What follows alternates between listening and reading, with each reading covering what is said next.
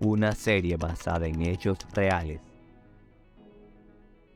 Mejor conocido como El Diablo, en los años 80 y 90 de la ciudad de Nueva York, cuando esta fue nombrada la capital de la cocaína, justamente por el cartel de Medellín. Es aquí donde cambia la época, donde los dominicanos eran hombres serios y trabajadores legalmente, al llegar esta nueva generación de dominicanos con ambición por el dinero, pero dinero sucio, es decir, las drogas. Y justamente en este momento es donde nace la historia de este personaje, y no solo de él, sino de muchos dominicanos que fueron elegidos por el cartel de Medellín. Negociaciones, tratos, secuestros, prisión, traición, acción y aventura. Es todo lo que veremos en esta serie 5 capítulos gracias a Bajo Presión TV Show.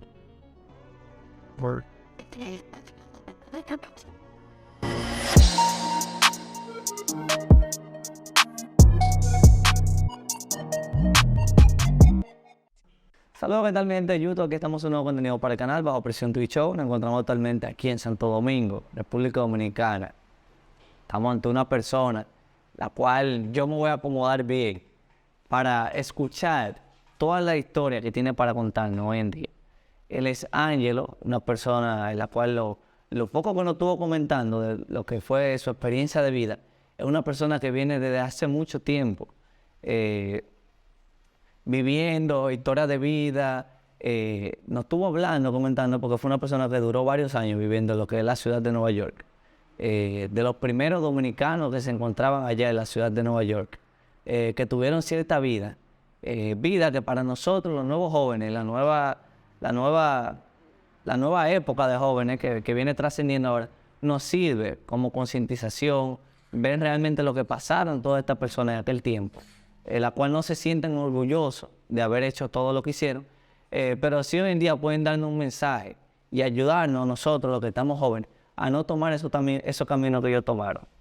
Estamos hablando de lo que es droga, cocaína, prisión, todo eso.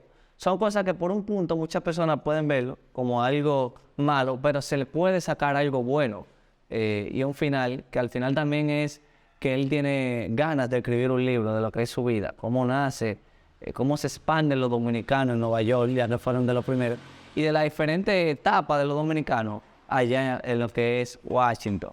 Le damos la bienvenida, Ángelo, le damos las gracias primero por aceptarnos aquí en su tierra para brindar su historia de vida. Nos gustaría que nos diga cómo se siente estar aquí con nosotros. Bueno, me siento muy halagado, es muy importante, puesto de que yo tenía pendiente no hablar nunca de este tema, porque de verdad, de corazón, me da mucha vergüenza lo que tuvimos que pasar en aquello entonces, nosotros los dominicanos. Digo, me da vergüenza porque antes de esta generación, o sea, mi generación, la generación antigua, o sea, la generación de nuestros padres, de mis padres, era otro tipo de pensamiento que tenían la población de los Estados Unidos acerca de los dominicanos.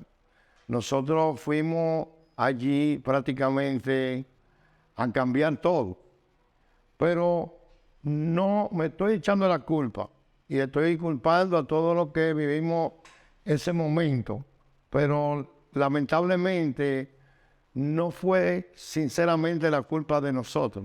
Era que en ese momento fuimos elegidos lamentablemente para un acto,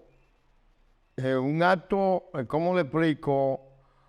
Un acto de fundación de lo que se llama el cartel de Medellín, que utilizó Nueva York y utilizó nuestro sector de Washington High como sede mundial de la cocaína. Déjeme yo empezar cómo empieza mi historia. Ok, sí, eso le voy a preguntar. Usted me comentó, y disculpa que le interrumpa, que ustedes vinieron, en ese momento ustedes cambiaron una percepción que ya había de los dominicanos. ¿Qué era lo que se decía, qué era lo que se establecía de los dominicanos antes de su generación, que vendría siendo la generación de sus padres, que en ese tiempo iban a la ciudad de Nueva York a hacer completamente lo legal. Eso es lo que se decía de los dominicanos. Perfectamente, como tú lo acabas de decir. Eran personas totalmente serios, a un nivel que sentirnos orgullosos no es poco. ¿Me comprendes? Sí. Hoy que yo tengo ya una edad avanzada, ¿entiendes? Que puedo ver la perspectiva de todo lo que pasó. Realmente fue como si fuera una película, todo lo que yo viví. Estamos hablando de unos momentos un poquito difíciles, ¿me entiendes? Porque en aquellos momentos nosotros los dominicanos ni inglés sabíamos, ¿me entiendes? Sí. ¿Cómo pudimos lograr lo que logramos? Simplemente, precisamente por eso, por la seriedad. El dominicano de aquel entonces y de mi generación, éramos, aunque estuviéramos en la calle, éramos gente seria. Y de ese modo, los colombianos confiaron en nosotros. Ellos trataron con la raza negra, trataron con la raza de los boricuas de tener un enlace como picheo. ¿Tú entiendes lo que es picheo? O sea, ellos necesitaban una persona en el estado más importante del mundo que pueda, ¿cómo se dice?, reproducir Ajá. el dinero que ellos necesitaban. O sea, cómo deshacerse de la droga. En Nueva York, vamos a poner en aquellos tiempos, un kilo valía $60,000 en Nueva York. Mas, sin embargo, en Miami valía $10,000. Entonces, lo más importante, lo que ellos querían llegar, era llegar hasta Nueva York. Claro. Eso Para eso necesitaban de personas serias, seria. como era la fama que tenían los dominicanos en ese momento. Exactamente. En ese momento y con esa fama, pudimos lograr de que aquella persona confiara ciegamente en nosotros y realmente no le quedamos mal. Hay muchos de nosotros de aquellos tiempos, porque como tú dijiste ahorita, etapas. Esa es una etapa, estamos hablando de la etapa, hablando del 79, 80. ¿Me entiendes? Cuando ya el cartel de Medellín ya llevaba un año. Entonces, realmente nos quedamos con el sector. Ya prácticamente ya no era Spanish Harlem, y ahora era el Alto Manhattan, donde vivían los dominicanos. ¿Entiendes? Pero, ¿qué sucede? En el 1980, Fidel Castro, primer enemigo de los Estados Unidos, envió o le dio salida a 100,000 cubanos en 2 embarcaciones. Esas embarcaciones se le llamó el Mariel. A esas personas que llegaron a través de esa embarcación le llamaron los Marielitos. Y Fidel Castro, como todo un títere, aprovechó la situación, intercambió 10,000 presos cubanos que estaban en Cuba a vida, que ellos no iban a salir nunca de presos de Cuba. Y ellos, Fidel Castro, hizo un acuerdo con ellos. Y dijo, si ustedes, yo les voy a dar la libertad, pero no aquí en este país, en Nueva York, en Estados Unidos. ¿Entiendes? El propósito a alcanzar era hacer 100 veces más daño del que ya ustedes hicieron aquí en Cuba. A esos 10,000 cubanos. Eso es una misión que lo mandó para acabar con un sector. Y principalmente ellos querían llegar a Nueva York, donde ya los dominicanos, los tigres dominicanos ya estaban instalados. ¿Entiendes? O sea, como para echar un pulso. Sí. ¿Entiendes? Llegaron hasta allí. Eso estamos hablando del 1980. Ustedes ven la historia y pueden saber que le estoy hablando la pura realidad. Cuando esos 10,000 cubanos, como propósito, por lo menos la gran mayoría llegó al sector de Washington High, o sea, del Alto Manhattan. Inmediatamente hubo un caos en Nueva York. Atracos, secuestros, ¿entiendes? De todo tipo, rompían tiendas, hacían muchísimas barbaridades, porque Fidel Castro lo hizo jurar a ellos de que si no lo hacían y llegaban a Cuba nuevamente, tú supiste lo que le iba a pasar a ellos, ¿verdad? Claro. que lo iban a poner en el paredón. Era matarlo, a fusilarlo, que iban. Sí. Entonces ellos tenían que cumplir, ¿entiendes? O si vienen por algo malo que tú hiciste allá, está bien. Pero si es de que por estar haciéndolo bien, ese no fue el acuerdo que él hizo con él. Y el principal acuerdo era llegar hacia Manhattan, hacia Washington High. ¿Por qué? Porque ellos estaban claros, ya ustedes, todo el mundo está claro, el mundo entero está claro de que Fidel Castro y Raúl Castro eran miembros del cartel de Medellín, igual que Noriega, ¿entiendes? Eso eran los puentes para llegar. Eso fue, estamos hablando antes de Amado Garrillo, el Señor de los Cielos, ¿entiendes? Eso era el transporte que se usaba, ¿entiendes? Cuba era una sede del cartel de Medellín, todo el mundo está claro. Pero el propósito era llegar a Nueva York, porque en Nueva York era que la cocaína tenía el precio. Pero no estamos hablando de cualquier tipo de cocaína. Estamos hablando de una cocaína, un 100%. La nieve blanca, el cartel de Medellín, no hay que hablar mucho. 100%. Ahora mismo tú ves en la calle que lo que hay es un 30 o un 20%. ¿Entiendes? Porque costaba muy cara. Claro. Pero a eso, vamos a poner un ejemplo, hubieron unos cuantos dominicanos que fueron cabecillas. Vamos a poner, puedo mencionar a Poleito, porque Poleito está muerto ya, ¿entiendes? El menino, el hermano, Carlos, y hay una persona que yo no quisiera ni mencionar su nombre, porque me da hasta vergüenza, porque es una persona de lo antiguo, Claro, no. de los dominicanos que tenían la perspectiva de trabajar, ¿me entiendes? Sí. De lo que estamos hablando, hubieron unos cuantos que se corrompieron, porque la historia, hay una historia ahí que Carlos Leder en 1978 fue deportado de Nueva York. Ustedes saben quién es Carlos Leder, ¿verdad? Ajá. No sé. Ok, era un socio de Pablo Escobar, que fue uno de los que fundó el cartel de Medellín. Entonces, Carlos Leder, antes de ser deportado, él vivió en Nueva York varios años y conoció cierta persona seria, y con esa persona seria fue que empezó. Entonces, el monopolio de Nueva York en aquellos tiempos, en el 1979, lo componía la siguiente persona. Hay una señora directamente que le entregaba Pablo Escobar y el cartel a la mamá. ¿A la? Mama, una señora mayor de 60 y pico de años. Ya estamos hablando del 70 y pico, y hace muchos años de eso.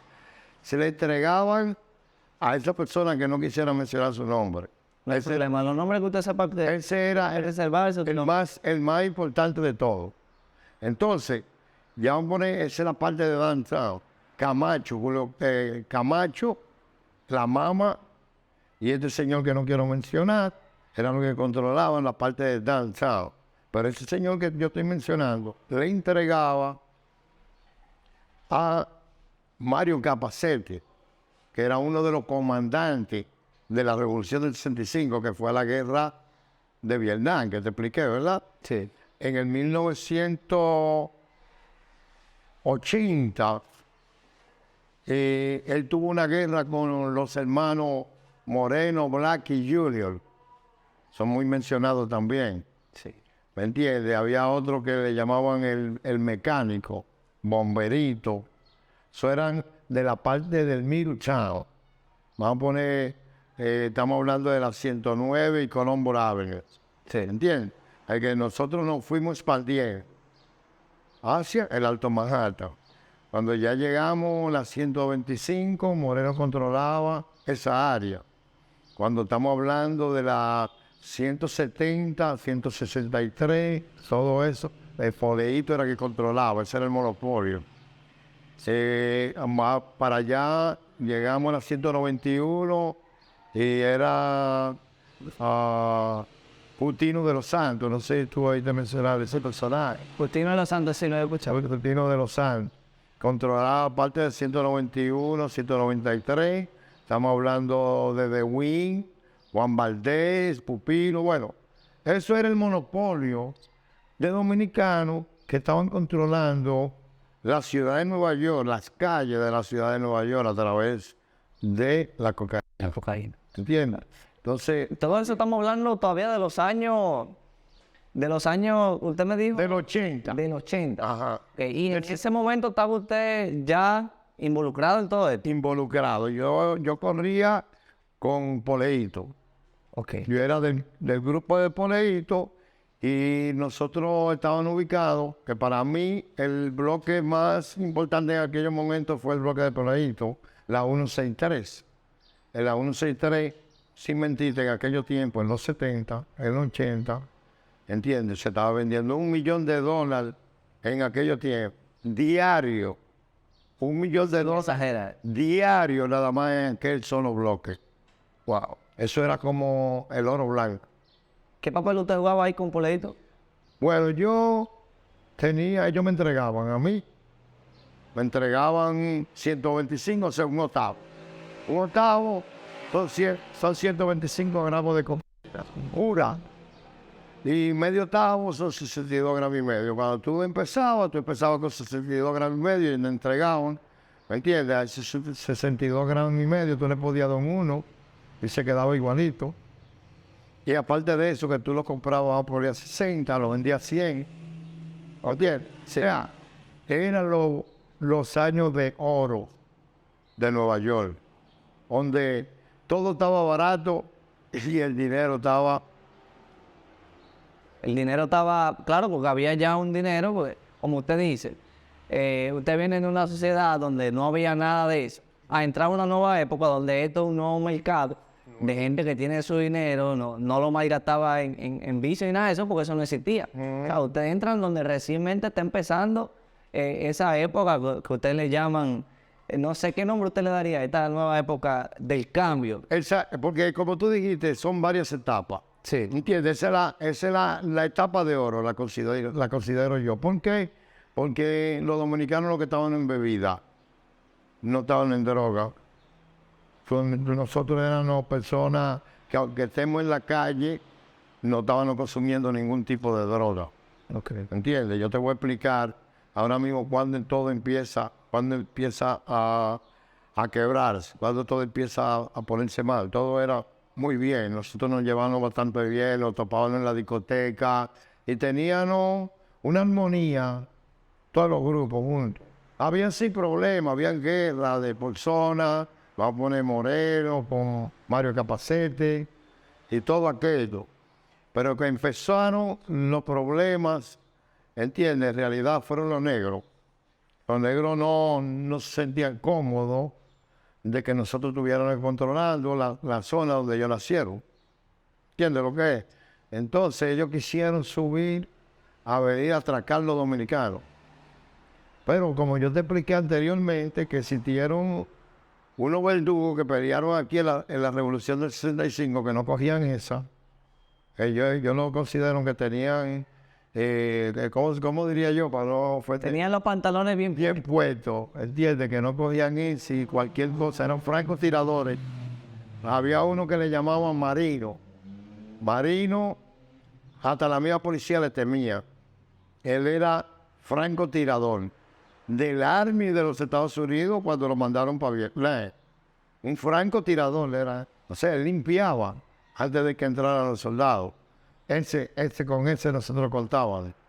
¿Qué hizo ese hombre? Bueno, a ese, vamos a poner cualquier persona que estaba incomodando, haciendo la cosa que no debía, cogiendo fiado y no queriendo pagar. Esos eran los cobradores. Ok. Le cobraban. Sí. Iban a cobrar de mala manera, como sea. Claro. Bien. Claro, porque en ese tiempo también existía algo, era que, como usted decía, el serio se mantiene, pero el que viene a querer liquidarse, como dice el dominicano, a querer quedarse con lo de otro, le daban problemas serios de una vez. Entonces, ¿qué sucede? Marino, él tenía vicio. Como yo te dije, que fue uno de los soldados que vinieron, que eran ya tenía, vamos a poner, varios años en vicio. ¿entiendes? Lo que recibía era un sueldo como veterano de la guerra y eso no le daba a él para nada. Entonces, lo que él hacía es prácticamente, él hasta hacía cualquier trabajo, ¿entiendes? Por droga. Y eso nada más no era él, sino también boricua, negro, que vinieron con ese tipo de vicios. Es lamentable, ¿entiendes? Entonces, el punto es que en el 1981 mataron a Mario Capacete. Ese fue el primer dominicano de Don que yo reconozco que fue acribillado. Y simplemente, como yo te digo, la persona, uno tiene que ser humilde primeramente que todo. Con la humildad tú llegas a cualquier lugar. Mira, yo llegué todo esto, yo no tengo un tiro, ni una puñalada, ni nada. ¿Por qué? Porque yo supe ser serio. Yo supe hacer las cosas bien. Justo lo que le decías. ¿Entiendes? Eso es lo que... esa persona no hacía la cosa bien. Ese caballero, en el 1981, antes de que lo mataran, él agarró 7 colombianos y lo amarró. Eso fue en la 107 y Colombos. Agarró 7 dominicanos y 7 colombianos. Los colombianos venían a traer la mercancía que aquella persona iba a comprar. Entonces se quedó con la droga y el dinero, y a esos 14 personas lo mató. Lo agarró y le metió por la garganta, y le metió un tiro en la cabeza. De esa muerte, oiga, nunca nadie se supo, porque el año próximo nada más sabían las personas que estaban envueltos en la calle, ¿entiendes? Que sabía todo. Y en aquellos tiempos la gente no podía hablar mucho. Existía el silencio obligatorio. ¿Entiendes? Tú no viste ni oíste nada. ¿Entiendes? Para esos tiempos, las personas cuando te decían chivato, chota, ya tú eras un muerto casi mente, un muerto andante. Todo el mundo tenía que quedarse callado. Entonces lo que le causó la muerte a él, me imagino que fue la misma venganza de lo que él hizo por los colombianos. No, él estaba haciendo mucha estupidez. Él ya se creía que era un superhombre. O sea, no, él tenía aquí lo que le llamaron el santuario. Eso era como una organización de tigres que había aquí cuando en los tiempos de la revolución, ¿entiendes? Y él llevó eso a la 109 y Colombos, el santuario. Una discoteca, él hizo una discoteca. Y en esa discoteca, cuando a él lo mataron, ¿tú sabes lo que encontraron? Él tenía gente parada, mírame, en la pared así. Pues la música prendía. Entonces, él venía, te metías ahí en este lado de la pared y te sellaba ahí mismo. Te sellaba. Y con la música duraban 2 y 3 días en música. Ya tú ahí trancado, sigo así, no te vas a morir. O sea, la pared llena de gente muerta. Te estoy diciendo, eran unos momentos, prácticamente al no haber tecnología y a la policía de Nueva York no estar tan bien preparada como está hoy en día, ¿entiendes? Era difícil para ellos. Sí. Hubieron muchísimas personas desaparecidas en aquellos tiempos, personas que todavía lo están buscando. ¿Entiendes lo que te explico? Claro. Eso eran los tiempos, yo lo considero los tiempos del oeste. ¿Entiendes? Donde más o menos a ti te agarraban con una UCI y te daban un mes en Rock Island, un mes te daban. Porque, sinceramente, yo pienso como que ellos querían prácticamente que nosotros nos mataran entre nosotros mismos. Porque si tú te agarran con una UCI, ¿tú sabes lo que es una UCI? Eso es una arma muy poderosa. Y en aquellos tiempos, una arma demasiado sofisticada. ¿Me comprende? Sí. Podía matarle, era un sinnúmero de gente con una UCI. Eso era lo que usaban los tigres. Y lo agarraban a la policía con una UCI y cuando tú veías ya a los 3 días estaba suelto. Ellos me mandaban al play a gente que traigan armas, porque había muchas armas. Estaba todo el mundo armado, te lo voy a decir la verdad. En esos tiempos estaba, el arma, eso era como arroz y cholicán. Como ir a la bodega. Exactamente, como tú ibas a la bodega, tú andabas armado, todo el mundo andaba armado. Y si te agarraban preso con un arma, te soltaban al otro día. ¿Me comprende? Entonces era difícil sobrevivir en aquellos tiempos. Había que andar derechito y hacer las cosas bien para que no te pase nada. Una pregunta, Ángelo. ¿Sus padres vivieron allá en Estados Unidos? Claro. Y fueron de la época que usted me ha dicho de la gente seria y todo eso. Entonces me da intriga saber cómo llega usted a los Estados Unidos y cómo se involucra usted de venir de una familia seria, como usted dijo, a terminar involucrado en este tema por no decir la palabra tan explícita, de este mundo oscuro, de lo que es la cocaína y todo eso. Yo vengo, ¿verdad?, de un padre seriosísimo. Yo vivo orgulloso de que ese fuera mi padre. Pero, lamentablemente, mi papá llegó a los Estados Unidos en los años 50. O sea, de los primeros dominicanos que salieron de este país, porque Trujillo no permitía a nadie que saliera de este país a los tiempos de Trujillo. Y él salió en el 1950. ¿Debido a qué? Porque mi papá era era licenciado en contabilidad, trabajó en la Inca, Implemento y Maquinaria, una compañía norteamericana, y tuvo que hacer posgraduado en Estados Unidos, y de esa forma fue que pudo salir de este país. ¿Me entiendes? Entonces, pero lamentablemente, cuando yo tenía aproximadamente unos 10 años, mi papá tuvo un accidente mortal, donde perdió el fémur de la pierna izquierda. Prácticamente no dejó que se la cortaran, pero él lo que tenía era un tubo en la pierna izquierda. Entonces duró 2 años con los pies así para arriba, con unos clavos acá, acá y acá, con esa pierna así para arriba. Eso lo frustró a mi papá. Mi papá era muy bueno conmigo, me quería muchísimo. Pero ya nosotros éramos 5, cuando mi papá sufre el accidente. Mi hermanita estaba recién nacida, la única hembra de la familia, de parte de padre.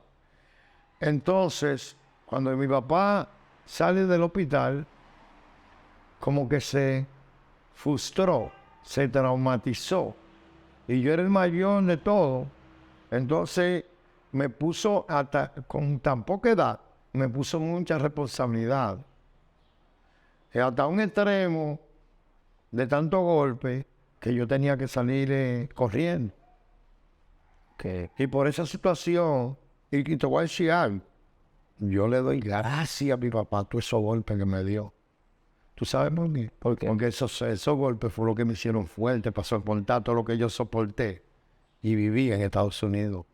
¿Me comprende lo que es? Claro. Se lo agradezco y no me siento nunca, lo odié. Y cuando llegué a Estados Unidos, entonces me encontré un panorama, lo mismo que él dijo, que él no quería que yo me fuera para Estados Unidos porque él sabía que mi mamá, el esposo que tenía, no le iba a permitir que yo viviera con él. ¿Me comprende? Sí. Prácticamente a la edad de 15 años, 16 años, yo estaba en la calle.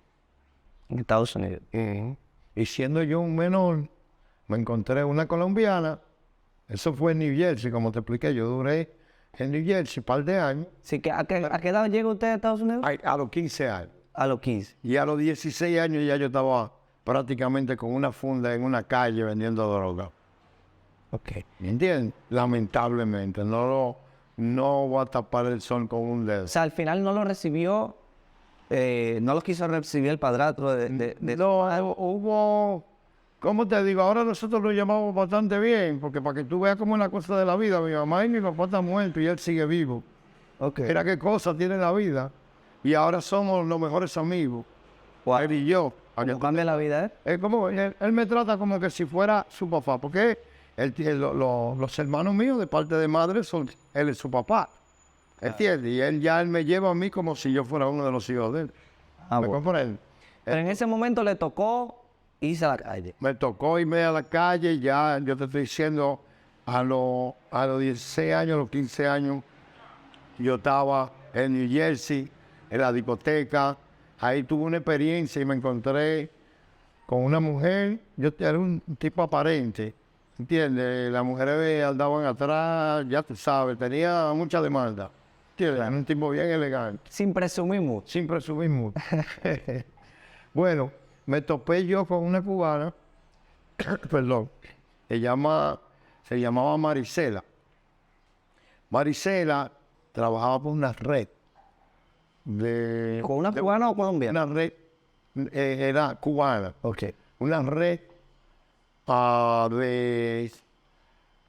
una red cubana, ¿verdad? Que operaba en Miami. Y a que tú no sabes a quién le recibía. ¿Quién? Florian Félix.